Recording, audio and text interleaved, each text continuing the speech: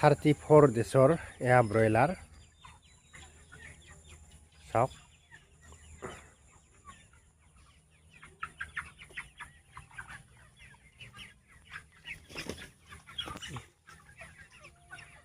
মোৰ যিখন এইখন ছাল আছিল, এই ছালখনত মই প্ৰথম হালধীয়া আৰু নীলা তিৰপাল দিছিলোঁ। তলৰখন হালধীয়া তিৰপাল আৰু ওপৰৰখন নীলা তিৰপাল আছিলে।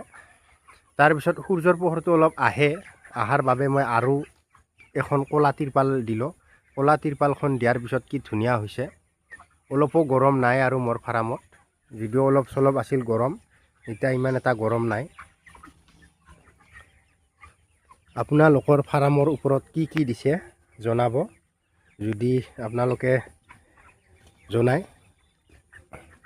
জনাব কি দিছে। কিছুমানে খেৰ দিয়ে আৰু কিছুমানে লাম্বা কিবা এটা বুন দিয়ে, বা কিছুমানে অলপ গপচা কৰি খেৰৰে তিৰপালৰ ওপৰত জাপি যায়।